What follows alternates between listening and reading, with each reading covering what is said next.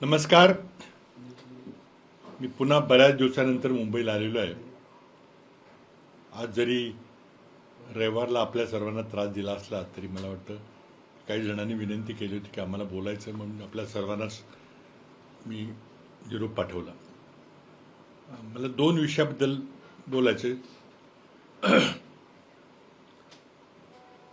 एक, मी परवा दिवशी कोल्हापूरला सतेज पाटलांच्याकडे गेलो होतो. Doctor Padmashri DY. पाटील यांच्या निधनानंतर कुटुंबियांचं सांत्वन करण्याकरता गेलो होतो. त्या ठिकाणी कोल्हापूरच्या वार्ताहरांशी संवाद झाला. त्यामध्ये मी काही वक्तव्य केली होती. त्यांनी जे प्रश्न विचारले ती उत्तरं दिली होती. त्यामध्ये नीट परीक्षेबद्दल आणि 20 जुलैला झालेल्या आंदोलनाबद्दल आणि सरकारने ते आंदोलन दडपण्याबद्दल जे काही केलं त्याबद्दल काही संवाद साधला होता. आणि राहुल गांधींनी संसदेचं अधिवेशन चालू दिलं नाही असा आरोप होता. त्याला उत्तर देताना मी सांगितले होते की संसदेचं अधिवेशन न चालण्यामागचं काम देशाचे दोन्ही मोठे नेते, प्रधानमंत्री आणि गृहमंत्री, या सगळ्या प्रकरणाला जबाबदार आहेत. ते संसदेमध्ये आले नाहीत आणि विचारलेल्या प्रश्नाची उत्तरं दिली नाहीत. म्हणजे एका दृष्टीनं त्यांनी संसदेतून पळ काढला असं म्हटलं तरी काही वाव होणार. त्यामुळं संसदेचं कामकाज चालू जाईल. त्याकरता आमचे नेते राहुल गांधी यांनी दोन पर्याय सुचवले होते. गृहमंत्री अमित शाह यांनी संसदेमध्ये येऊन लाठीचार्ज, अश्रुधूर, पॅलेट गनचा वापर करण्याचे आदेश कोणी दिले, हा पहिला प्रश्न होता. कारण आपल्याला माहिती आहे की दिल्लीची कायदा आणि सुव्यवस्था व्यवस्था ही केंद्रीय गृहमंत्र्यांच्याकडे आहे. इतर सर्व राज्यांची कायदा आणि सुव्यवस्था ही घटनात्मक तरतुदीप्रमाणे ही राज्य सरकारच्या गृहमंत्र्यांच्याकडे असते, मुख्यमंत्र्यांच्याकडे असते. पण दिल्लीकरता विशेष तरतूद आहे. दिल्ली राजधानी असल्यामुळं तिथल्या कायदा आणि सुव्यवस्थेची जबाबदारी ही केंद्रीय गृहमंत्र्यांची आहे. त्यामुळं 20 तारखेला आंदोलकांच्यावर, विद्यार्थ्यांच्यावर, मुलांच्यावर अमानुष लाठीचार्ज, अश्रुधूर, पॅलेट गनचा वापर करण्याचे आदेश कोणी दिले. कारण स्टँडर्ड ऑपरेटिंग प्रोसिजर प्रमाणे क्राऊड कंट्रोल करता याचा वापर करायचा नसतो, किंवा करायचा असला तर लेखी आदेश द्यावा लागतो. मग तो आदेश गृहमंत्र्यांनी दिला का, त्याचं उत्तर राहुल गांधींनी मागितलं. आणि त्याचं उत्तर असेल की गृहमंत्र्यांनी आदेश दिला नाही, खालच्या अधिकाऱ्यांनी किंवा दिल्लीच्या डीजी किंवा आणखी अधिकाऱ्यांनी हे सगळं केलं. मग गृहमंत्री हे कार्यक्षम आहेत का, त्यांच्या खातं कोण चालवतंय. आणि ते बोलताना मी राहुल गांधींनी जे सांगितलं की he is incompetent and therefore he should resign. एकतर अत्याचार केला आणि अत्याचाराचे आदेश दिले म्हणून राजीनामा दिला पाहिजे, किंवा अत्याचार जर त्याचे आदेश दिले नसतील पॅलेट गनचे तर मग तुम्ही अकार्यक्षम गृहमंत्री आहे म्हणून राजीनामा दिला पाहिजे, अशी राहुल गांधींनी मागणी केली होती. त्याबद्दल मी सांगत असताना इनकॉम्पिटंट, अकार्यक्षम शब्द हा गृहमंत्री पदावर बसण्याकरता लायक आहेत का, ते गृहमंत्री होण्याकरता लायक नाहीत असं मला म्हणायचं होतं. पण लायक नाहीत या शब्दाची उलटपट झाली आणि चुकून माझ्याकडून एक दुसरा शब्द वापरला गेला. अर्थ तोच होता तो संसदीय शब्द आहे, पण माझ्यासारख्या व्यक्तींनी तो वापरायला नको होता. त्याबद्दल मी दिलगिरी व्यक्त केलेली आहे. पुन्हा एकदा दिलगिरी व्यक्त करतो की तो शब्द वापरायला नको होता, पण माझा जो अर्थ, भावार्थ जो राहुल गांधींचा आहे आणि माझा आहे तो आहे. तुम्ही आदेश दिले का, मग जबाबदारी स्वीकारा. तुम्ही जाहीर आदेश दिले नसले तर मग तुमचं खातं कोण चालवते. मग तुम्ही गृहमंत्री पदावर कशा करता बसलाय, हा त्यातला उद्देश होता, पहिला मुद्दा. दुसरा मुद्दा जरा थोडासा क्लिष्ट आहे, तो म्हणजे कराडला आणि सर्व महाराष्ट्रामध्ये स्पेशल इंटेन्सिव्ह रिव्हिजन SIRची मोजणी चाललेली आहे. मतदार याद्यांच्या पुनर्पाहणी वगैरे पाहलेली आहे. आणि त्यामध्ये मी काल पुन्हा कराडला पत्रकार परिषद घेतली. त्याआधी काही दिवसापूर्वी माझ्या जिल्हाध्यक्षांनी जिल्हाधिकाऱ्यांनी पत्र दिलं होतं. त्याची माहिती मी आपल्याला सांगतो की 2024च्या विधानसभा निवडणुकीबद्दल मला बोलायचं आहे. 2024च्या लोकसभेच्या निवडणुकीमध्ये महायुतीचा दारुण पराभव झाल्यानंतर 5च महिन्यामध्ये विधानसभेमध्ये एवढा मोठा फेरफार कसा झाला याचं उदाहरण मी आपल्यासमोर मांडणार आहे.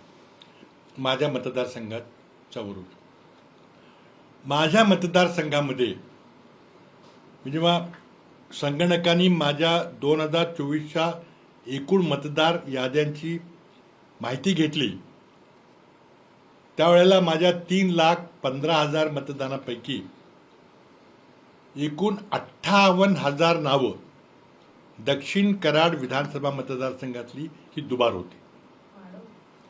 त्यामधली जवळपास 27,000 नावं माझ्या मतदारसंघातच दुबार होती. एका बूथमध्ये नाव असलं तर शेजारच्या शहरामध्ये आहे, तिसऱ्यामध्ये आहे. कराडच्या मंगळवार पेठेत असलं तर शेजारच्या वारुंजीमध्ये आहे, किंवा कराडच्या सोमवार पेठेत असेल तर काल्यामध्ये आहे. अशी माझ्या मतदारसंघातली 28,000 मात्र डुप्लिकेट आहेत. माझ्या मतदारसंघाला 5 मतदारसंघ भौगोलिकदृष्ट्या संलग्न आहेत. उत्तर कराड, इस्लामपूर जयंत पाटील, पलूस कडेगाव विश्वजित कदम, पाटण शंभूराज देसाई आणि शिराळा सत्यजित देशमुख. हे 5ही मतदारसंघामध्ये 6, 7, 9 अशी हजार मतं त्या दोन्ही मतदारसंघामध्ये दक्षिण कराड माझ्या मतदारसंघामध्ये समायिक आहेत. एकूण 28,000 मतं. म्हणजे माझ्या मतदारसंघातली 27,000च्या जवळपास मतं आणि शेजारच्या 5 मतदारसंघाची जवळजवळ 27-28,000 मतं, असे एकूण 56,000 मतं ही माझ्या विधानसभेमध्ये दुबार मतदान आहेत. आणि त्या मतदारांनी 2दा, 3दा, 5दा, 10दा मतदान केलं असेल तर निवडणुकी प्रभावित होऊ शकते. आणि ही सगळी यादी मी जिल्हाधिकाऱ्यांनी दिलेली आहे. जिल्हाधिकाऱ्यांनी ती स्वीकारलेलं आहे. निवडणुकीपूर्वी आम्ही लेखी निवेदन दिले होते, कारण वेबसाईट काही चालत नव्हती, तिथे काही झालं नाही. ती यादी जशी राहिली आणि लोकांनी दुबार मतदान केलं. आता कोणी दुबार मतदान केलं ते मला माहीत नाही, ते निवडणूक आयोगाकडे ती माहिती आहे. पण मी 56,000 नावांची दोन्ही डुप्लिकेट नावं कशी आहेत त्याची सर्व यादी लेखी आणि सॉफ्ट कॉपीमध्ये जिल्हाधिकाऱ्यांनी दिलेली आहे. आणि ती यादी सॉफ्ट कॉपी माझ्याकडे, तुम्हाला पाहिजे असेल त्याला मी देतो. आणि हार्ड कॉपी सर्व 56,000 नावाची कॉपी ही माझी इथे शेजारी पडलेली आहे. तुम्हाला कोणाला तपासा. स्वतःचं नाव, वडिलांचं नाव, आडनाव एकच आहे. आता माझं म्हणणं की एकाच नावाची 2 माणसं असू शकतात का? शक्य आहे, पण मला हे करता येणार नाही. ते निवडणूक आयोगाने केलं पाहिजे. कारण माझं आता निवडणूक झाली, जे काय झालं ते झालं, काय झालं. पण 56,000 मतातल्या बऱ्याच लोकांनी जर दुबार मतदान केलं असेल शाई पुसून, तर निवडणूक प्रभावित होऊ शकते. हे माझ्या मतदारसंघात झालं, हे मुख्यमंत्री देवेंद्र फडणवीस यांच्या मतदारसंघात झालं. तिथल्या आमच्या काँग्रेसच्या उमेदवारांना ही माहिती काढलेली आहे. माझी माहिती तर अगदी डिटेल्ड आहे. मी ती कोर्टात पण सादर करणार आहे.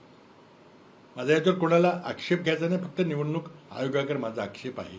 ही जबाबदारी निवडणूक आयोगाची आहे की मतदार याद्या ह्या शुद्ध, अगदी क्लिअर, डुप्लिकेट नसलेल्या, मयत नसणाऱ्या, बोगस नसणारी पाहिजे, तरच खऱ्या अर्थानं विश्वासार्हता असलेली निवडणूक होईल. आता ही यादी कोणाला पाहिजे असेल ते मी आता दाखवतो, माझ्याकडे इथं आहे, मी देणार आहे. सगळी संगणकांनी तपासलेली यादी आहे आणि त्याची एक प्रत मी सातारच्या जिल्हाधिकाऱ्यांना दिलेली आहे. आणि जिल्हाधिकाऱ्यांचे धन्यवाद व्यक्त करतो की माझ्या माहितीप्रमाणे, मला वाटतं उद्या शेवटचा दिवस आहे, आत्तापर्यंत जवळजवळ 48,000 ते रद्द केलेले. जवळजवळ ती 48,000 नावं जर माझ्या निवडणुकीच्या आधी रद्द झाली असती तर निवडणुकीचा निकाल कदाचित वेगळा लागू शकला असता. पण तो आता विषय वॉटर अंडर द ब्रिज. तर हा माझा दुसरा विषय. माझे 2 विषय आहेत ते संपले. आपल्याला काय विचार असतील विचार. बाबा, लोकसभेचं तुम्ही म्हटलं निकाल वेगळे लागले, त्यावेळेस काही आक्षेप नव्हता. विधानसभेला तुम्ही आक्षेप घेतलेला आहे. लोकसभेच्या वेळेस काही असंच असू शकतं का? असू शकेल ना. बघा, डुप्लिकेट नावं नसली पाहिजेत. ती माझी असली तरी चालेल. आमच्या तिथल्या विजयी आमदारांनी आरोप केला की तुमच्या घरातल्या काही माणसांची डुप्लिकेट नावं आहेत. असू शकतील ना. त्याला मी जबाबदार नाही. किंवा माझी स्वतःची नावं 2 ठिकाणी मी ती काढून टाकली. ही निवडणूक आयोगाची जबाबदारी आहे. ही विजय आमदाराची पण जबाबदारी नाही. अर्थात त्यांनी जर घातली असली नावं दुबारा तर तो विषय वेगळा आहे. पण निवडणूक आयोगाची जबाबदारी आहे की एकही बोगस, डुप्लिकेट, मयत, गैरहजर, इतर राज्यातलं नाव 2-2 ठिकाणाचं नाव हे नसलं पाहिजे. हे आज संघटकांनी तुम्हाला करता येतं. मी तुम्हाला करून दाखवलं. तुमची इच्छा नाही आहे.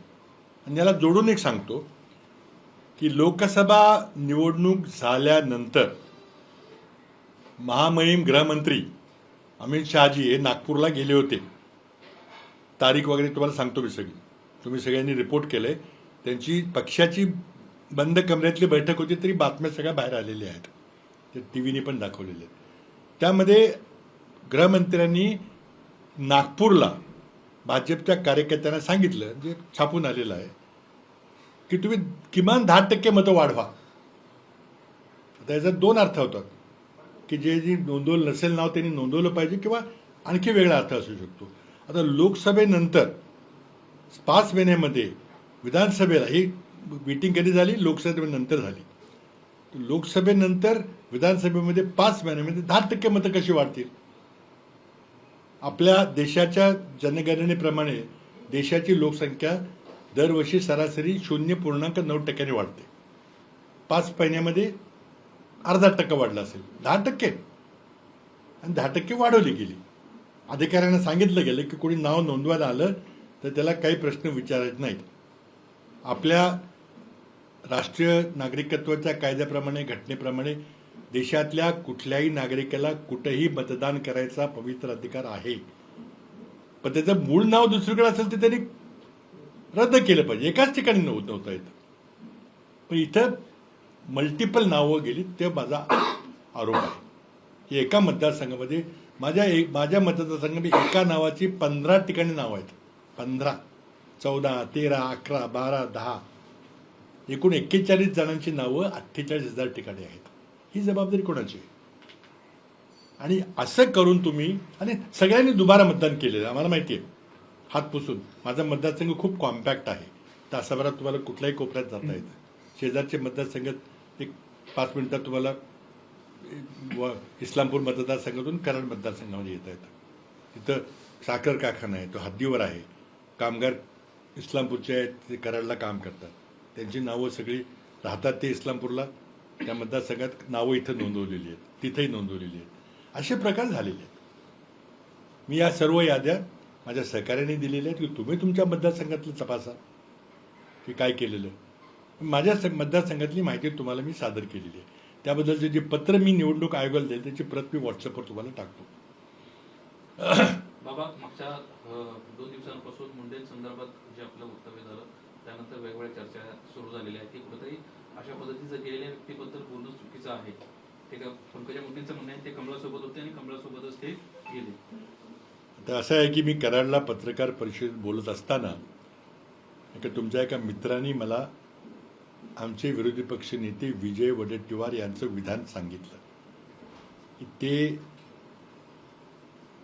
नामदार पंकजाताई यांना उद्देशून बोलले होते की तुम्ही आमच्या पक्षात या, तुम्हाला काहीतरी मुख्यमंत्री करतो असं बोलले होते. त्या त्यांनी उल्लेख करून प्रतिक्रिया विचारली. मी म्हटलं मी त्यावर काही बोलणार नाही, पण मुंडे कुटुंबियाचं नाव निघालं थोडं मला एकदम आठवलं, मला राहवलं गेलं नाही म्हणून मी ते वक्तव्य केलं होतं. ते तुम्ही सर्वांनी ऐकलं असेल. याबद्दल माझं मत आहे. मी नंतर काही माझे मित्र, अतिशय जवळचे मित्र मुनगंटीवार यांचंही वक्तव्य ऐकलं की दिव्यांग व्यक्तीबद्दल असं बोलायला नको होतं. याबद्दल माझं मत मी काय ते तुम्ही विचारलं म्हणून मी सांगतो. गोपीनाथ मुंडे हे एक महाराष्ट्रातले थोर नेते होते, मोठे नेते होते. ते काँग्रेस पक्षात येणार होते. त्याबद्दल मी सगळा घटनाक्रम कळवला. माझा विश्वास आहे की जर सगळं काही योग्य झालं असलं आणि गोपीनाथजी मुंडे काँग्रेस पक्षामध्ये आले असते तर आम्ही 2014ची निवडणूक हरलो नसतो. गोपीनाथ मुंडे हे मास लीडर होते आणि त्यांच्याबद्दल फक्त दिवंगत नेते म्हणू नका, त्यांचा इतिहास लिहिला गेला पाहिजे. नव्या पिढीला त्यांच्यापासून प्रेरणा मिळाली पाहिजे. इतिहास आपण लिहितो तेव्हा सगळं काही लिहितो असेल ते, त्यातली एक घटना आहे. आणि त्याचबरोबर मी आणखी सांगतो की 2014ला आमचं सरकार निवडून आलं असतं तर आमचे सहकारी मित्रपक्ष NCPचे लोक होते, त्यांनी मला काही मुख्यमंत्री होऊ दिलं नसतं. कारण मी भ्रष्टाचाराच्या विरुद्ध काही मोहीम काढली होती, त्यांना ती आवडली नाही. आम्ही पृथ्वीराज चव्हाण चालणार तर असे आमचे सहकारी म्हटले असते कदाचित त्यावेळेला, मला माहीत नाही. आम्ही निवडून आलो असतो तर. आणि त्यावेळेला मी स्वतः काँग्रेस श्रेष्ठींच्याकडं गोपीनाथजी मुंडे यांचं नाव सुचवलं असतं. त्यांनी इतका तो सक्षम नेता होता. त्यांच्याबद्दल माझ्या मनात अत्यंत आदर होता आणि आमची एकमेकाची मित्र मी म्हणू शकणार नाही, पण खूप आम्ही एकमेकाला भेटत होतो. आणि त्या आदरातून मी ती घटना घडली की दुःख मला होतं की माझी चूक झाली थोडीशी त्यांना घेण्यामध्ये, आणि त्यामुळे त्यांचंही खूप राजकीय नुकसान झालं. त्याबद्दल त्यांची दिलगिरी तर मी व्यक्त केलेली आहे त्यावेळेला. पण माझी गोपीनाथ मुंडेंच्याबद्दल फक्त आदराची भावना आहे. ते एक ऐतिहासिक नेते होते, त्यांचा इतिहास लिहिला गेला पाहिजे आणि तो इतिहास युवा पिढीला मिळाला पाहिजे. ते नेहमी मला नेहमी म्हणायचे की नागपूरची दोघं मला काही निवडून देऊ देणार, त्याचा कोड मला माहीत नाही, आणि म्हणून म्हटले मला मंत्री व्हायचं. आणि दुर्दैवानं त्यांच्या पक्षामध्ये त्यांना योग्य ते स्थान मिळालं नाही. खरं म्हणजे मुंडेसाहेब सिनियर होते, उपमुख्यमंत्री होते, त्यांना मुख्यमंत्रीपद मिळालं पाहिजे होतं, पण तो त्यांच्या पक्षाचा विषय माझा नाही आहे. आणि त्यामुळे जर कोणी म्हटलं असतं की तुम्ही अवमान त्यांचा केला, हे खरं नाही आहे. माझ्या मनामध्ये त्यांच्याबद्दल अत्यंत आदरपूर्ण भावना आहे. त्यातली एक महत्वाची आणखीन एक गोष्ट अशी आहे, एका नेत्यानं बोलताना हे देखील म्हटलं तर सोनिया गांधींचा त्याला होकार होता, तर मग मनमोहन सिंग त्यांना रोखणारे कोण, तेवढी क्षमता त्यांच्याकडे होती का? नाही, पण आता प्रश्न असा आहे की संसदीय परंपरेपणे एखाद्या व्यक्तीला पक्षप्रवेश द्यायचा असेल तो पक्षाध्यक्ष ठरवतात, आणि एखाद्या व्यक्तीला मंत्री करायचं असेल तर ते प्रधानमंत्री किंवा मुख्यमंत्री ठरवतात. हे परंपरा आहे. त्यामध्ये माझी चूक झाली. राष्ट्रवादीच्या नेत्यांसंदर्भात सर तुम्ही बोललात भ्रष्टाचार आणि या सगळ्या गोष्टी, त्याचा फॉलोअप आहे का अजून? आणि आता मी काय करणार, मी कुठं फॉलो करणार? आताच्या सरकारने फॉलोअप घेतला पाहिजे, तो त्यांनी घेतलाय. त्यांनी सगळं ऑलबेल झालेलं आहे. संजय राऊत देखील म्हणतायत की आज गोपीनाथ मुंडे जे काँग्रेसमध्ये असते तर आज जिवंत असते. आता त्याबद्दल मी काही बोलणार नाही. त्यांचा जो अपघाती मृत्यू झाला, आम्हाला सगळ्यांना आश्चर्य वाटलं. एका तरुण नेत्याचा त्याला खूप मोठं भवितव्य होतं, तो अचानक आपल्याला सोडून गेला. त्याबद्दल मला काही फर्स्ट हँड माहिती नाही आहे. दुसरं कार्तिक 15 ऑगस्टच्या कार्यक्रमाच्या दरम्यान सोनिया गांधी आणि यांच्या संदर्भात खूप टीका होते. अमित शहानी तर त्यांनी माफी मागावी असं म्हटलं.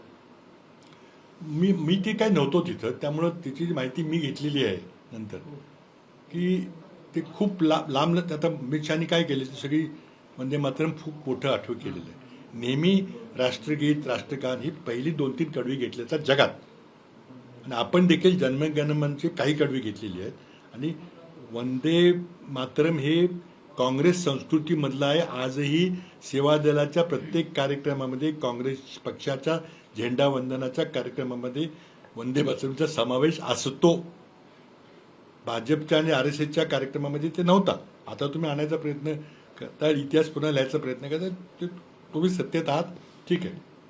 पण तिथं जी घटना घडली त्याबद्दल जयराम रमेश यांनी जे स्पष्टीकरण दिले ते तुम्ही ऐकलेलं आहे की खूप लांब असल्यामुळं त्या उभ्या होत्या आणि वयोमानामुळे त्यांना उभे राहताना त्रास होतो, तर त्यांनी खुर्ची मागितली.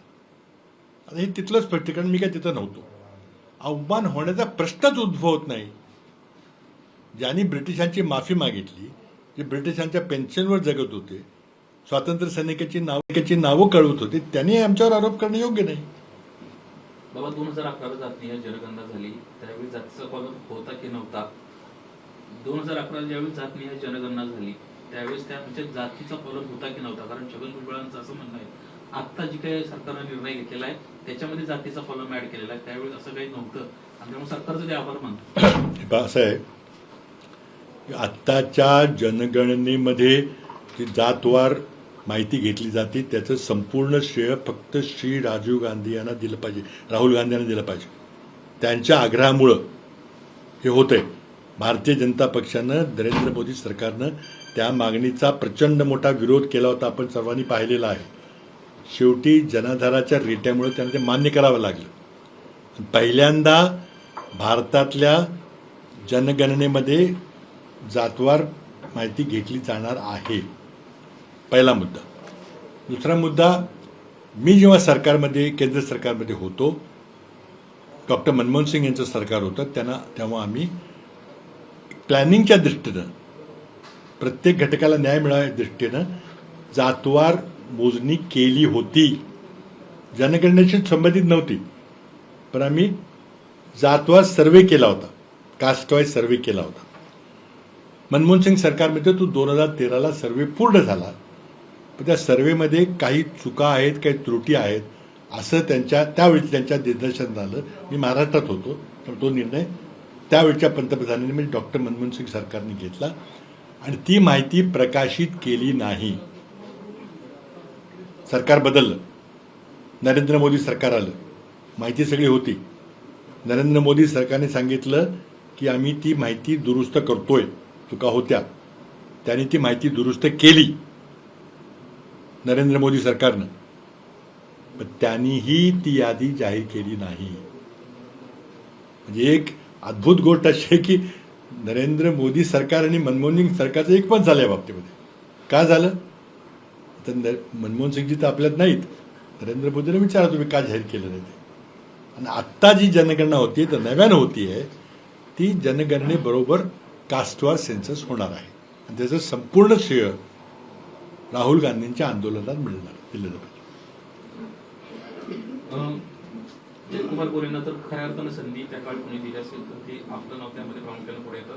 काही पश्चिम महाराष्ट्रातील प्रमुख चेहरे आपल्यामुळे पुढे आले होते.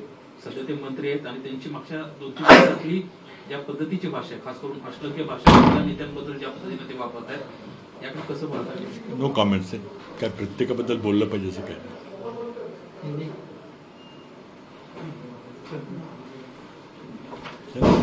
ठीक आहे. बंद कर. हिंदी अरे यार, हिंदी में पूरा करोगे? जी सर, आप का जो मुद्दा है पहले वो ब्रेक कर दीजिए.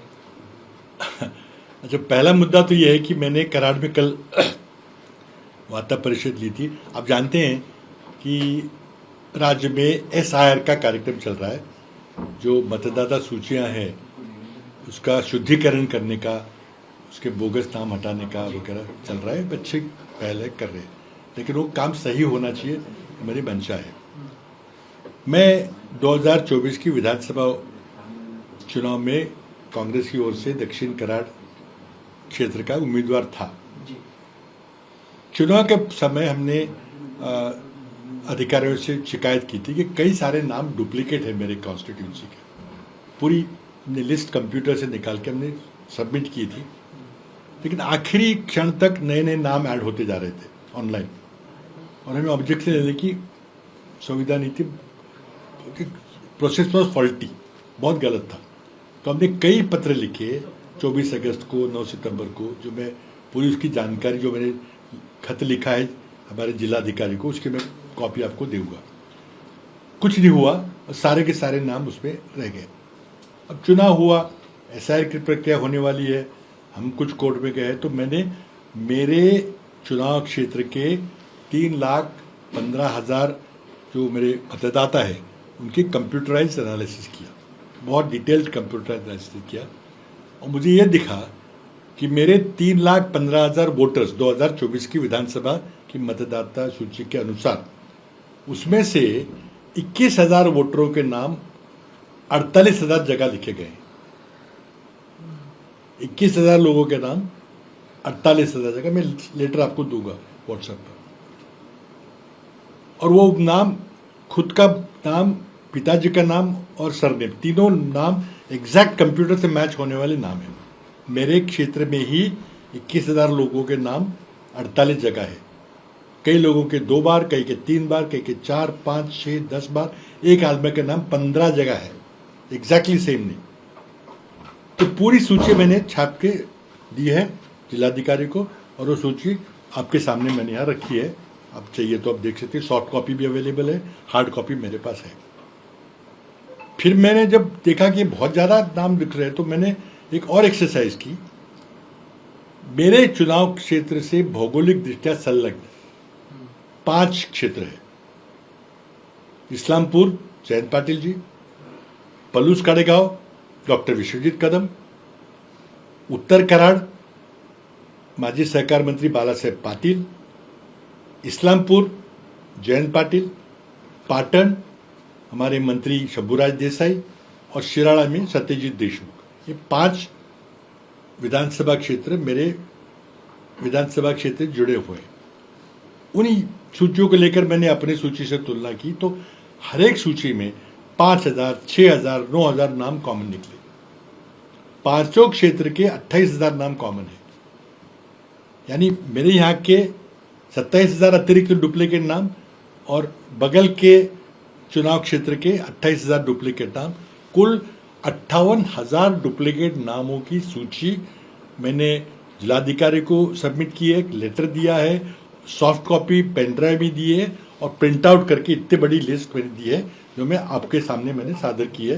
आपको भी सॉफ्ट कॉपी चाहिए तो सॉफ्ट कॉपी, हार्ड कॉपी चाहिए तो हार्ड कॉपी में आपको भी दे रहा हूँ। मेरी गुजारिश ये है कि यह चुनाव आयोग की जिम्मेदारी है कि मतदाता सूची बिल्कुल प्योर हो, पवित्र हो, करेक्ट हो, उसमें डुप्लीकेशन ना हो, बोगस वोटिंग ना हो, डेथ ना हो, कहीं और के नाम हो। ये उनकी जिम्मेदारी, मेरी नहीं है। तो मैंने जब 56,000 की सूची दी आज जिलाधिकारी को, मैं उनको धन्यवाद देना चाहूंगा कि उन्होंने प्रोसेस करके करीब करीब 48,000 लोगों के नाम हटाए। अभी पूरी प्रक्रिया नहीं हुई है।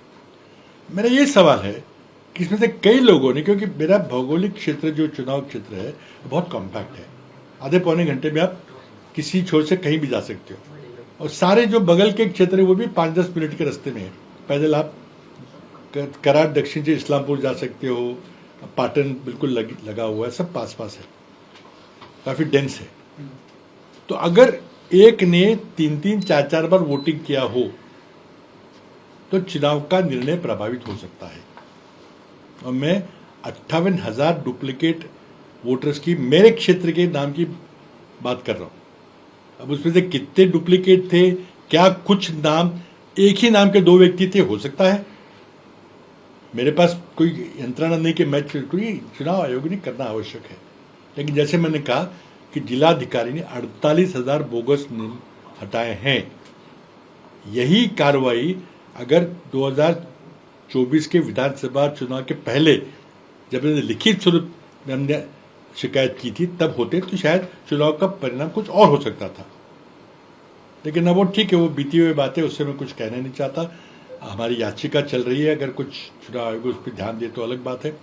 लेकिन इस चुनाव आयोग की जिम्मेदारी कि कितने लोगों ने डुप्लीकेट वोटिंग किया है और कितने लोगों के बाय चांस वही नाम है, तीनों नाम जो बिल्कुल मैच करते हो सकता है, मना नहीं कर रहा हूं।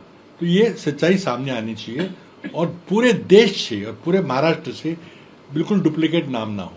हमारे यहाँ क्या होता है, विशेषतः मेरे क्षेत्र में, हमारे सारे वोटर्स जो दक्षिण कराड़ के वो ठाणे में, नवी मुंबई में भी वोटर्स है, क्योंकि जब हमारे यहाँ कोयना प्रोजेक्ट हुआ तो बहुत सारे लोग विस्थापित हुए थे, वो ठाणे में, नई मुंबई में, कल्याण में जाके बसे थे। उनके घर अभी भी है, वो वहीं भी रहते हैं, दोनों जगह वोट होते हैं। ग्राम पंचायत में वो कराड़ में वोट करते हैं, महापालिका में ठाणे में वोट करते हैं। ये गलत है, लेकिन जिम्मेदारी ये चुनाव आयोग की है। अगर पेट्रोल कंपनियां, ऑयल कंपनियां, आप अगर गैस कनेक्शन के लिए अर्जी देते हो तो नाम लेते हैं, केवाईसी कराते हैं, तीनों कंपनियां जोड़ते हैं, देश में कहीं भी आपके पास अगर गैस कनेक्शन है तो आपको यहां नहीं मिलेगा। उनके पास यंत्रण है, आपको नहीं कर सकते, आपकी इच्छा नहीं है। और इसके लिए मैंने एक तर्क दिया था कि लोकसभा चुनाव में बुरी तरह से हार होने के बाद भाजपा नेतृत्व हड़बड़ाया था, और उसी दौरान लोकसभा के बाद में महामहिम गृह मंत्री अमित शाह जी नागपुर गए थे। उन्होंने भाजपा के कार्यकर्ताओं से एक बंद कमरे में मीटिंग की थी, जिसकी खबरें आपने छापी है सब लोगों ने। उन्होंने उस समय कहा था लोकसभा चुनाव के बाद में मीटिंग हुई थी, मैं तारीख बता दूंगा आपको, और कहा था कि आप 10% वोटर बढ़ाइए, ओपनली कहा था।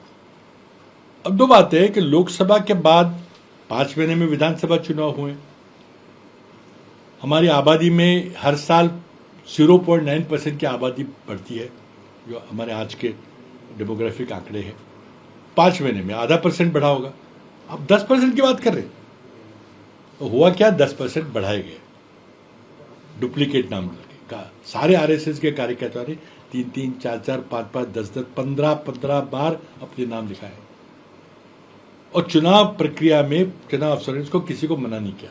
देखिए, भारतीय चुनाव प्रक्रिया के अनुसार, चुनाव कानून के अनुसार, अपने संविधान के अनुसार भारत के किसी भी नागरिक को कहीं भी वोट करने का पूरा बुनियादी अधिकार है, लेकिन वो 2 जगह नहीं कर सकता। अगर आप सबूत दीजिए कि मैं मलबा शिविर में रहता हूं, आप करिए जरूर, आप चाहे कहीं पैदा हुए हो, बिहार में पैदा हो, यूपी में पैदा हो, तमिलनाडु में पैदा हो, लेकिन 2 जगह नहीं कर सकते। यहां तो 15-15 जगह नाम लिखे गए। तो ये एक लोकसभा चुनाव हारने के बाद की रणनीति थी, जिसका भाजपा को फायदा मिला। अब ठीक है, हम कुछ नहीं कर सकते, विपक्ष में है ना, हमें वोटर लिस्ट दी जाती है एक्सेल फॉर्म में, जो हम कंप्यूटर से जांच कर सके, हमें पीडीएफ में दी जाती है, जिसके जांच करना बहुत मुश्किल होता है, उसको कन्वर्ट करना पड़ता है। अगर पीडीएफ की इलेक्शन सूची दे दी तो उसकी फोटो नहीं होती, हम कैसे जांच करें कि डुप्लीकेट है कि नहीं। अब जो कुछ प्रक्रिया चल रही है, मैं समझता हूं कि इसमें हमारे जिलाधिकारी ने काफी कुछ अच्छा काम किया है। हमारी मांग यही है कि चुनाव आयोग जग जाए और प्योर इलेक्शन हो, और ये इस तरह से फर्जी चुनाव ना हो, इसकी कोशिश करें। मैंने अपने क्षेत्र का आपको उदाहरण दिया है, बाकी का पता नहीं। मैंने सुना कि ऐसी हरकतें हमारे विद्यमान मुख्यमंत्री जी के क्षेत्र में भी हुई थी। स्वर्गीय गोपीनाथ मुंडे को लेकर आपका जो स्टेटमेंट था सर बीते दिनों, उसको लेकर उनकी जो बेटी हैं और मौजूदा सरकार में मंत्री हैं, उनका ये कहना है कि उनके पिताजी जो हैं हमेशा से जो है वो बीजेपी के थे, और जो कांग्रेस वाली बात है उनको सिरे से खारिज किया जा रहा है। क्या सर वो कॉन्टेक्स्ट था, बताना चाहेंगे? तो मैंने कल बताया था। देखिए, कल क्या हुआ, कराड़ में जब अपने मित्रों से बात कर रहा था, तब एक आपके मित्र ने पूछा कि कांग्रेस के नेता विपक्ष विजय वडेट्टीवार जी ने कोई बयान दिया है कि पंकजा ताई अगर कांग्रेस में आए तो शायद वो मुख्यमंत्री बन सकती है। इस तरह का कोई बयान था, मैंने सुना नहीं। जब मेरे से पूछा गया तो मैंने कहा मैं क्या बताऊंगा इसके बारे में, लेकिन कुछ यादें ताज़ा हो गई, और फिर मैं रह नहीं सका कि मैंने ये बात बताई, जो पहले भी मैंने 2-3 बार कह चुका हूँ। और ये बात थी, जैसे आपने कल सुना होगा, कि मुंडे साहब के मेरे बहुत करीबी संबंध थे, बहुत अच्छे मित्र थे। हम विपक्ष में थे, लेकिन वो हमेशा वो अपने पक्ष की, अपने दल की बातें करते थे, विशेषकर नागपुर के 2 जनों की बातें करते थे कि मुझे बहुत तकलीफ हो रही है। और कुछ बातें आगे चली और ऐसे तय हुआ कि मुंडे जी कांग्रेस में प्रवेश करेंगे। अमित पटेल जी से बात हुई, मेरे से बात हुई, हमारे प्रांताध्यक्ष मानिकराव जी ठाकरे थी, उनकी बात हुई, सब कुछ तय हो गया। और मैं महाराष्ट्र का मुख्यमंत्री था, मैंने कांग्रेस अध्यक्षा सोनिया जी से जाकर बात की कि बहुत बड़ा दिग्गज नेता है महाराष्ट्र का, सिर्फ किसी कम्युनिटी का नहीं है, किसी ओबीसी समाज का नहीं, महाराष्ट्र का नेता है, ग्रास रूट लीडर है, मास लीडर है। हमारे पास ऐसे नेता नहीं हैं, अगर ऐसा कोई नेता आता है तो उसको अवश्य लेना चाहिए। सोनिया जी ने तुरंत बात स्वीकार की। अगर किसी पक्ष में, किसी अपने पार्टी में किसी और को सम्मिलित करना हो तो कांग्रेस अध्यक्ष से पूछा जाता है, उन्होंने परमिशन दी। और मेरी बहुत बड़ी गलती हुई कि जब बातें हुई तो गोपीनाथ जी ने मुझे कहा था कि मुझे इस्तीफा देना पड़ेगा लोकसभा का, जो सही है, और मैं फिर से चुनाव लड़ूंगा, लेकिन चुनाव में नागपुर के 2 जन मुझे जीतने नहीं देंगे। अब नागपुर के 2 जन मैं नहीं जानता किसका उल्लेख कर रहे थे वो, तो इसलिए मुझे मंत्री बनना जरूरी है। तो मैंने कहा ठीक है, कोई मुश्किल नहीं उसमें, आप बहुत बड़े नेता है। उस समय मुंडे जी भारतीय जनता पक्ष के लोकसभा में डेप्यूटी लीडर थे, बहुत बड़े ओहदे पे थे। तो मैंने उनका कहा देखिए, कैबिनेट नहीं लेकिन राज्य मंत्री बनकर आपको स्वतंत्र प्रभार देना कोई मुश्किल नहीं होगा। अब मेरी गलती हुई कि मैंने मनमोहन सिंह जी का बात नहीं की, बहुत बड़ी मेरे पॉलिटिकल लाइफ की बहुत बड़ी गलती थी, मानता हूँ। मुंडे जी आए, मैं गए, गुप्त रूप से मैं एक होटल में रुका, आप लोग सब पीछे लगे थे क्या हो रहा है, तो महाराष्ट्र सदन में रुकना संभव नहीं था। सब कुछ बात हुई, अगले दिन सोनिया जी से मिलके प्रेस कॉन्फ्रेंस करने की बात हुई, उसके पहले डॉक्टर मनमोहन सिंह जी मैं मिलने गया, मैंने कहा ये ऐसे हो रहा है। मनमोहन सिंह जी मेरे पे एकदम बौखलाया, कहा तुमने मेरे मंत्रिमंडल में किसी को मंत्री बनाने की सिफारिश कैसे की, मेरे बिना पूछे। ये बिल्कुल सही था। और उन्होंने ये कहा कि देखो गोपीनाथ जी मुंडे एक भारतीय जनता पार्टी के वरिष्ठ नेता है, पार्टी के डेप्यूटी लीडर है, उनको अगर मैं पार्टी छोड़कर अपनी पार्टी में लेने के लिए कोई रिश्वत देता हूं मंत्री के रूप में, तो मैं ये नहीं कबूल करूंगा। जो बिल्कुल सही था, मेरी बहुत बड़ी गलती थी कि मैंने पहले प्रधानमंत्री से पूछना चाहिए था, मेरी भूल हो गई। और फिर आगे बात बढ़ी नहीं, और मैंने गोपीनाथ जी आके बताया उनको थोड़ा सा अड़चन है, अगर आप मंत्री पद का इंसिस्ट ना करें तो हो सकता है, लेकिन उन्होंने नहीं स्वीकार किया। मेरे दिल में गोपीनाथ जी के बारे में बहुत ज़्यादा आदर है। मैं समझता हूँ कि वो मास लीडर थे, कोई समाज के नेता नहीं थे, और उनको उनके पार्टी ने न्याय नहीं दिया, वो अलग बात है, उनकी पार्टी का सवाल है। लेकिन आगे जाकर ये भी मैं बताता हूँ कि अगर मुंडे जी कांग्रेस पार्टी में आते तो कांग्रेस पार्टी 2024 का चुनाव नहीं हारती। उस समय हमारा एक साझा सरकार थी, गठबंधन सरकार थी, हम 2024 का चुनाव जीतते, 2014 का। और जैसे कि आप जानते हैं, मेरे संबंध जो एनसीपी के साथ थे, मैंने कुछ कदम उठाए थे, चाहे सिंचन के बारे में हो, चाहे कोऑपरेटिव बारे में, जो राष्ट्र के हित में थे, देश के हित में थे। भ्रष्टाचार विरोधी कार्रवाई मैंने की थी, जो उन्हें शायद अच्छी नहीं लगी, तो शायद मेरे नाम को वो शायद स्वीकृति ना देते 2014 में। उस केस में मेरे पश्चात मैं स्वयं महाराष्ट्र के कांग्रेस के मुख्यमंत्री के रूप में गोपीनाथ जी मुंडे का नाम अपने आला कमान से पेश करता। ये अगर मगर की बातें सब बीत गई है। जहां तक कि मेरे मित्र मुनगट्टीवार जी का सवाल है, उन्होंने कुछ कहा था कि दिवंगत व्यक्ति के बारे में ऐसे नहीं कहना चाहिए। देखिए, गोपीनाथ जी मुंडे कोई साधारण व्यक्ति नहीं थे, एक राष्ट्र नेता थे। नेता का इतिहास सब लिखते हैं, और नेता का इतिहास ये युवा पीढ़ी के सामने आना जरूरी है। और इसी भावना से मैंने उनके बारे में ये असलियत बताई जो हुई थी, मेरे सामने घटना घटी थी, इतिहास का भाग है। और मैं सोचता हूँ कि हर एक राजनेता को अपना इतिहास, अपनी डायरी लिखना चाहिए। मैं नहीं लिखता, दुर्भाग्य से लिखना चाहिए था। और ये क्योंकि नेक्स्ट पीढ़ी को, युवा पीढ़ी को इतिहास के बारे में जानकारी होना आवश्यक है, उसी भावना से मैंने कहा था। अब पंकजा के बारे में मैं कुछ नहीं कहूँगा, उस समय वो नहीं थी, उनको मेरी शुभकामनाएं हैं। और फिर से मैं दोहराऊंगा कि गोपीनाथ जी मुंडे के बारे में मेरे मन में बहुत ही आदर है। लेकिन जो घटनाएं घटी जिसमें मैं जिम्मेदार था, मैं आपके ये कहा। क्या आपको भी लगता है कि अगर वो कांग्रेस में आ जाती तो उनकी जान बच सकती थी? मैं इसके बारे में कुछ नहीं कहूँगा, जो कोई दुर्घटना घटी उसके बाद मुझे कोई पहले डायरेक्ट कोई जानकारी नहीं है, लेकिन बहुत देश का बड़ा नुकसान। प्रधानमंत्री ने कल संबोधन किया, और अपने संबोधन के दौरान जो मुख्य बातें कही उसमें सर ये बातें थी कि हम तो महिलाओं को आरक्षण देना चाहते थे, लेकिन विपक्ष के द्वारा जो षड्यंत्र रचा गया उसके तहत महिलाओं को आरक्षण नहीं मिला। पहला। दूसरा ये सर, ये क्या करते जी, देखिए, प्रधानमंत्री जैसे बड़े पद पे, संवैधानिक पद पे व्यक्ति से इतने झूठ बोलने की अपेक्षा नहीं है। सारा सब झूठ बोलने की कोशिश कर रहे हैं, लेकिन वो चलेगा नहीं। महिला आरक्षण कांग्रेस लाई थी, राजीव गांधी की कल्पना थी, जो नरसिम्हा राव ने पूरी की दिल्ली में, जो लोकल बॉडीज हमने 33% आरक्षण दिया था। मैंने महाराष्ट्र के मुख्य होते समय हमने महिलाओं का आरक्षण 33% से बढ़ाकर 50% किया था। हमारे मन में महिलाओं के बारे में हम नहीं चाहते, इससे झूठ, सफेद झूठ कोई नहीं हो सकता।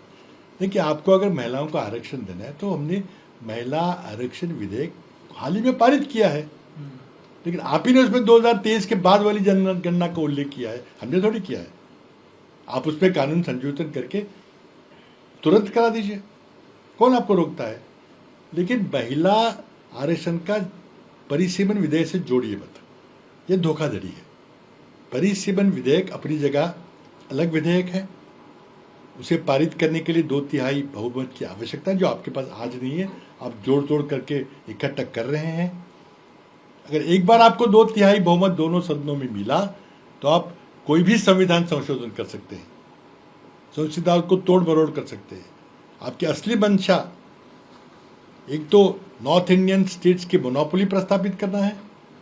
देखिए, की मैटर परिसीमन विधेयक में आप किस जनगणना का आधार रखेंगे।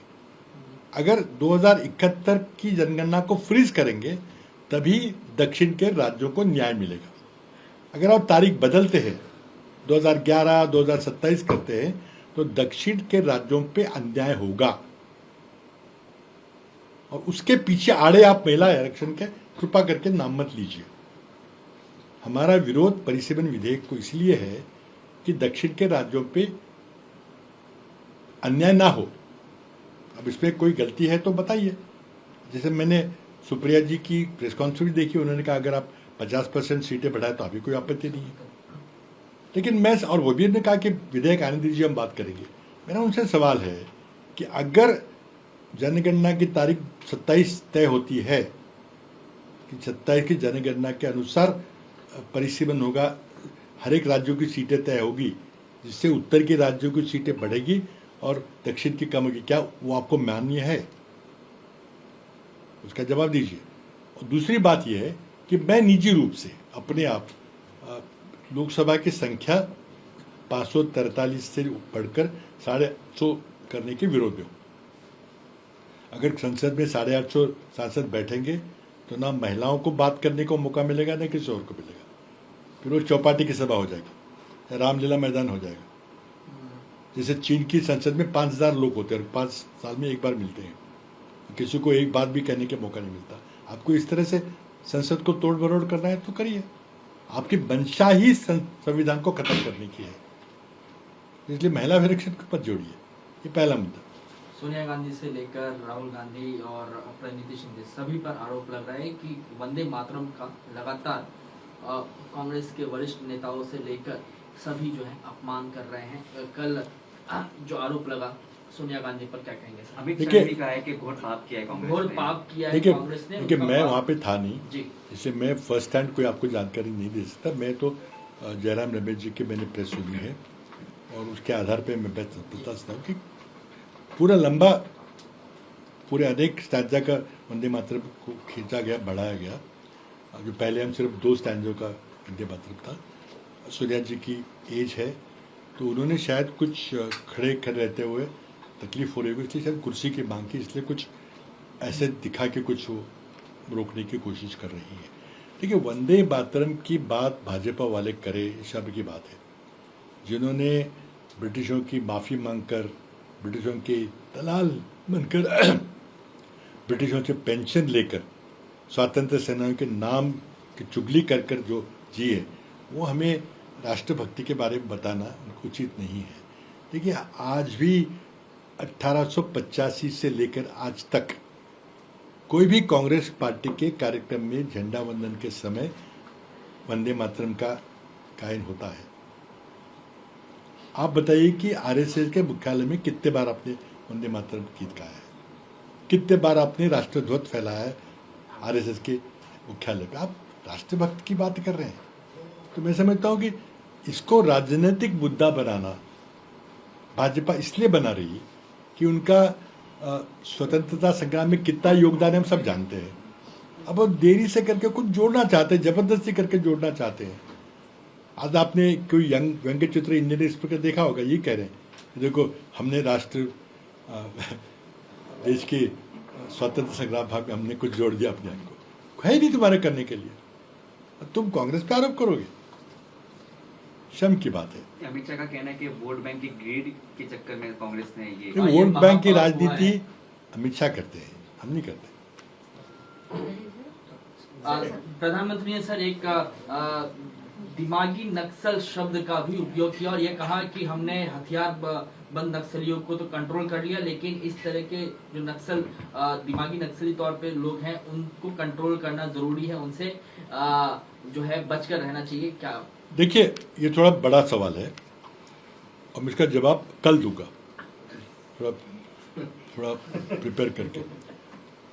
बात यह है कि देखो, भाजपा हमेशा समाज को बांटने की कोशिश करती है। मराठा समाज, ओबीसी समाज, धनगर समाज और आदिवासी समाज। अब आपने एक नई डिफरेंशिएट करी, इंटेलेक्चुअल और नॉन इंटेलेक्चुअल। कुछ लोग दिमागी है और कुछ लोग दिमागी नहीं है, मतलब दम है या फिर बुद्धिमानी नहीं है। अब स्वयं प्रधानमंत्री कौन से ग्रुप में मैं नहीं जानता। दूसरी आप करें कि अर्बन है और रूरल है। नक्सल के दो भाग हैं, अर्बन है, नक्सल है, रूरल है। तो रूरल अर्बन जो है, ग्रामीण अर्बन नक्सल है, उनके आप शिकार करिए, उनको गोली से मारिए, फ्री फॉर ऑल है। और जो अर्बन नक्सल है उनको जेल में डालिए बिना, जैसे कि भीमा गोरेगांव के लोगों को डाला। ये आपकी डिफ्रेंशिएशन है। देखिए, देश में एक वामपंथी विचारधारा है और देश में एक राइट विंग विचारधारा है। हम सब लोग लेफ्ट ऑफ सेंटर विचारधारा से विश्वास रखते हैं।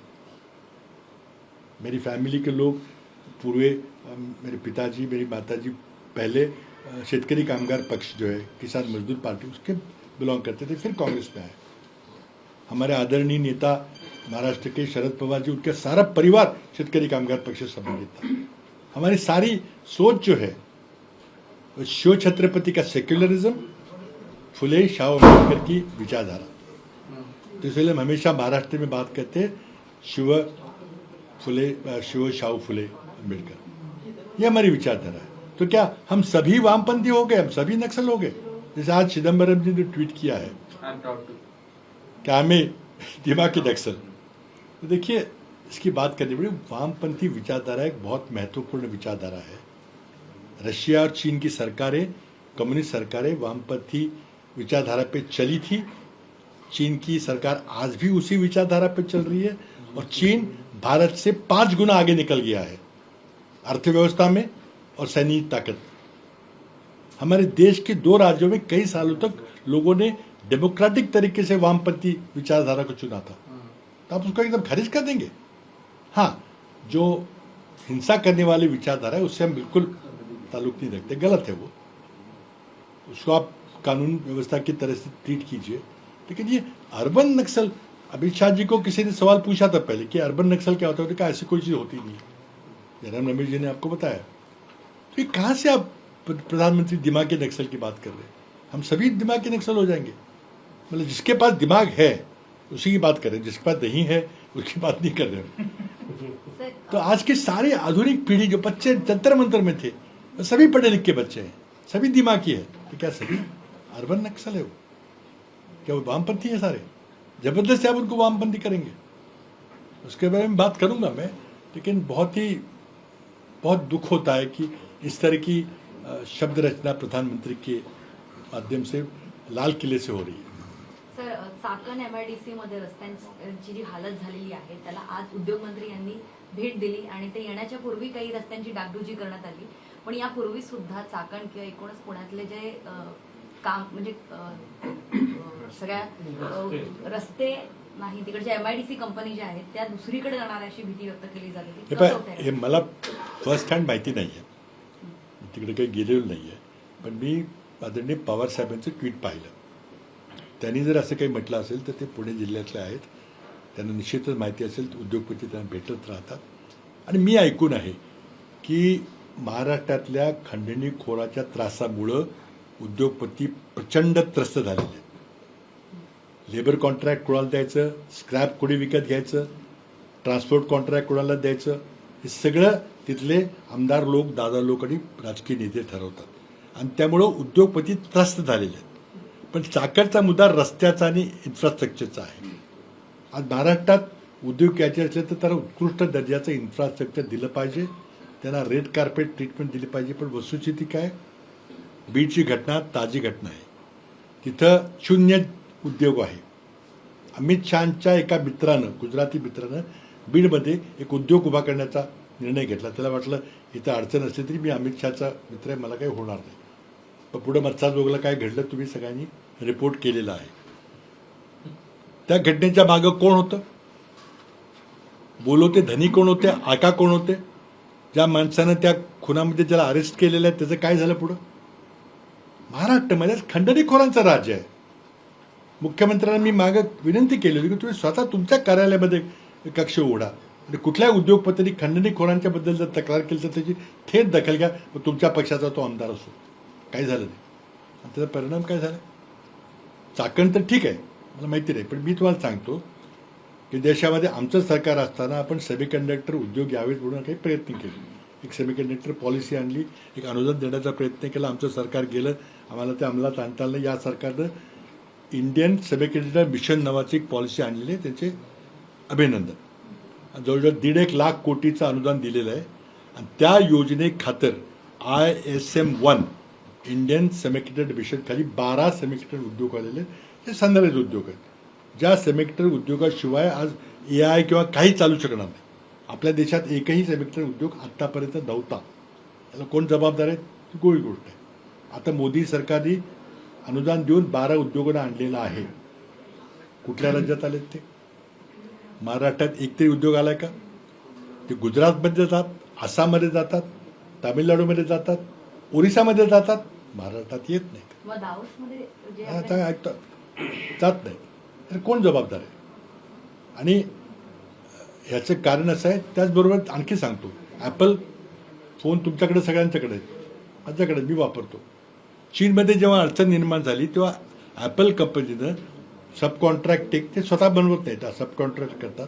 सब कॉन्ट्रॅक्टिंग हे इतर देशात हलवा म्हणून निर्णय घेतला.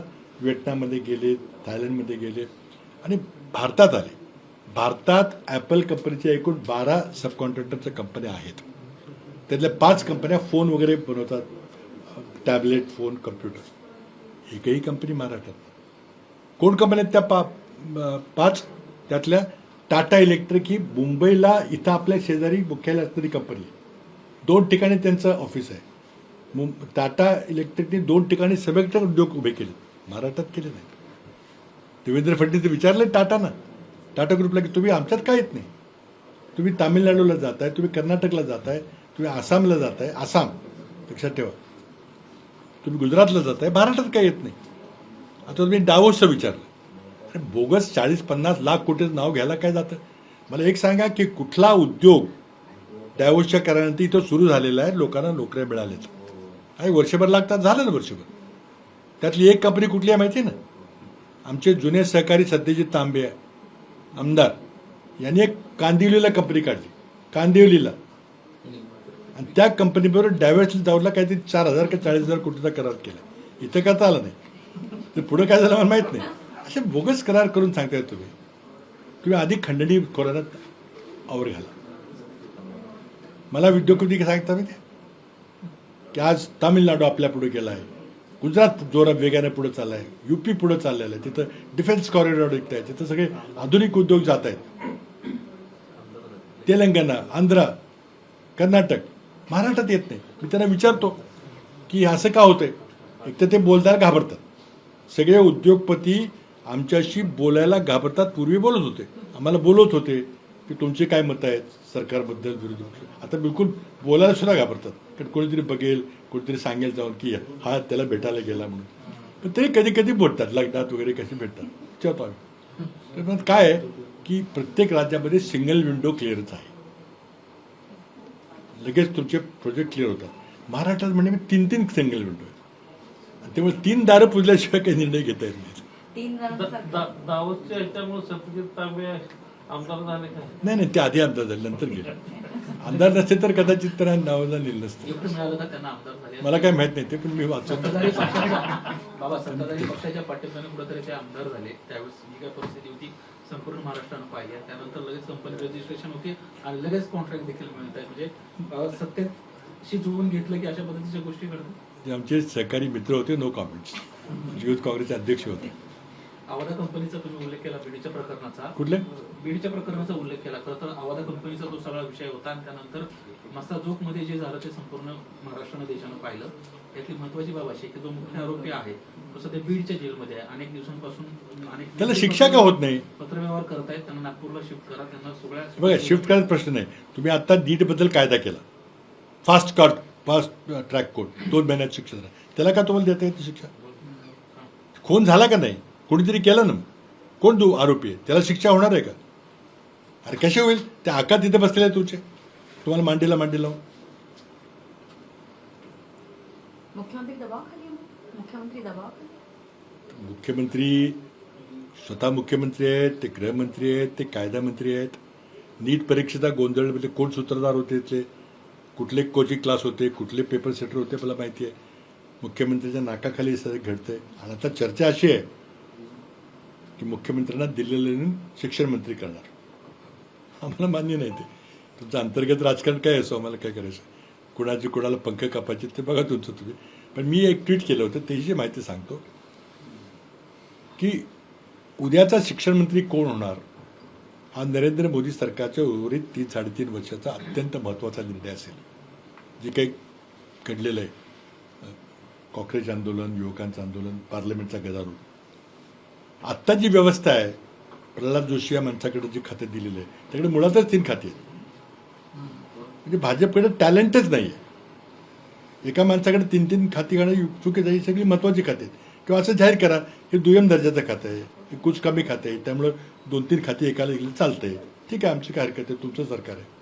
पण तुम्ही आता 4थं शिक्षण खातं त्या माणसाकडे दिले, त्यामुळे एक टेम्पररी व्यवस्था आहे. आम्हाला माहिती आहे की संसदेच्या अधिवेशनापुढे तात्पुरती व्यवस्था. आता पुढे व्यवस्था कधी करणार? आणि मी म्हटल्याप्रमाणे शिक्षण मंत्री कोडद्वार हे अत्यंत महत्त्वाचा निर्णय आहे. शिक्षण मंत्री याचं राष्ट्रीय व्यक्तिमत्व असलं पाहिजे, ज्याचा युवकांनी आदर केला पाहिजे, जो युवकांची बरोबरीच्या नात्याने संवाद साधू शकेल, ज्याकडून परीक्षा व्यवस्था दुरुस्त होईल अशी युवकांना खात्री वाटेल, आणि जो सरकारची भांडून शिक्षणाकरता बजेट वाढवून घेईल असा शिक्षण मंत्री पाहिजे. असा एकही व्यक्ती मला भाजपच्या विद्यमान मंत्रिमंडळात दिसत नाही.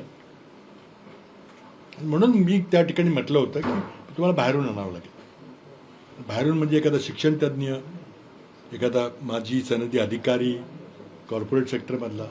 आता शिक्षण तज्ज्ञाची अडचण अशी आहे की सगळे कुलगुरू हे संघाच्या विचाराची सुमार दर्जाची माणसं भरलेली आहेत. त्यातलं मला एक काही दिसत नाही. सगळे विश्वविद्यालयांचं वाटोळ व्हायला लागले त्यापुढे. आता कोणाला नेमणार? वाट बघतोय आम्ही. मोदींनी जर तिथल्या तिथं आदला बदला केले. एक आम्ही ऐकलं निर्मला सीतारामन होणार म्हणून, ज्यांनी अर्थ खात्याचं वाटोळं केलं, देशाची रसातळण मिळवली, त्यांच्या हातात शिक्षणाचं आता बोऱ्या वाजवायला द्यायचं असलं तर द्या तुम्ही, बघा विद्यार्थी काय म्हणतात ते बघा. पण विद्यार्थ्यांची चर्चा करून एक ज्याची विश्वासार्हता आहे असा माणूस नेमा. का तुम्ही सरकार आहात, तुम्हाला लोकांनी निवडून दिलेलं आहे, मग अत्यंत महत्त्वाचा विषय आहे. असं तुम्ही त्याला किरकोळीत घेऊ नका. आणि नीटचा जो कायदा आहे तो बोगस कायदा आहे. तुमची इच्छाच नाही आहे. कारण प्रत्येक पेपर लीक होतो, राज्यातला असो देशातला. पण हा इतका मोठा गोरखधंदा चाललेला आहे, इतका मोठा प्रचंड मोठा माफिया तयार झालेला आहे. रिस्क टू रिवॉर्ड रेशिओ, काही ट्रिक्स नाही, काही कळत नाही कोणाला, आणि प्रचंड मोठे पैसे मिळतात. एका कोचिंगवाल्याला 2-2 कोटीला पेपर विकला जातो, तो पुढे 5-5 लाखाला पेपर विद्यार्थ्यांना विकतो. प्रचंड मोठा उद्योग आहे, उलाढाल आहे. आणि हे कधी कळतं? हे सगळं चालू आहे दररोज, प्रत्येक ठिकाणी चालू आहे. एखादा एक सोशल माइंडेड व्यक्ती असतो, तो म्हणतो मला हा पेपर मिळालेला आहे, 2 दिवसांनी परीक्षा आहे, मला सगळा पेपर लीक झाला आहे, काहीतरी चुकीचं आहे, देशाचा हिताचं नाही, लोकांच्या विद्यार्थ्याचं नाही, म्हणून तो बिचारा जातो आणि पोलिसांच्या कुठे कंप्लेंट करतो, आणि लोकांना मग जाहीर होते की पेपर लीक झाला आणि पेपर कॅन्सल होतो. जर कोणी सांगितलं नाही तर तरी बी चूप, मेरी बी चूप, काय होत नाही. आणि हे राजकीय असल्याशिवाय होऊ शकत नाही. आता तुम्ही नवीन कायदा केला आहे. 2024ला राधाकृष्ण कमिटीने 101 शिफारस केल्या होत्या, किती लागू झाल्या? तुम्ही 2024ला कायदा केला होता, तरी 24ला पेपर लीक झाला, 26ला पेपर लीक झाला. 24च्या आरोपीला तुम्ही सोडून दिलं निर्दोष, कुणालाही शिक्षा झाली नाही. 2024ला पेपर लीक झाले का नाही? मग दोषी कोण होतं, शिक्षा कोणाला झाली, कुणाला नाही झाली. त्यामुळे कायद्याच्या पुस्तकामध्ये तुम्ही शिक्षा वाढवली, 20 वर्ष केली, 30 केली, 50 वर्ष केली, 100 वर्ष केली तर काही अर्थ नाही. जोपर्यंत प्रॉसिक्युटिंग व्यवस्था म्हणजे जो खटला चालवतो, जो पुरावा गोळा करतो, जो पुरावा चार्जशीट करतो, जो सादर करतो, त्या माणसाने जर तो कॉम्प्रोमाइज झाला किंवा तो सुमार असेल, कारण पेपर फोडणारी माणसं जे आरोपी असतात ते 1-1 कोटी रुपये पगाराचे वकील नेमतात.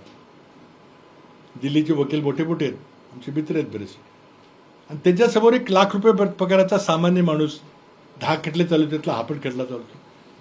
न्यायालयापुढं, न्यायाधीशापुढं तुम्ही पुरावे सादर केले नाहीत किंवा चुकीचा जर पत्रिका चार्जशीट मांडली तर त्याला शिक्षा होणार नाही. तर खरे प्रूफ ऑफ द पुडिंग ती या माणसाला शिक्षा होते का नाही, फास्ट ट्रॅक करून 2 वर्णी सांगून त्याला काही उपयोग होणार नाही, यातूनही काही निष्पन्न होणार. म्हणून परीक्षा व्यवस्थेमध्ये आमूलाग्र बदल करणं आवश्यक आहे. तर निलेकनी यांची समिती नेमली, ती काय करते बघूया. पण शिक्षण मंत्री कोण होणार अत्यंत महत्त्वाचा निर्णय नरेंद्र मोदी सरकार घेईल.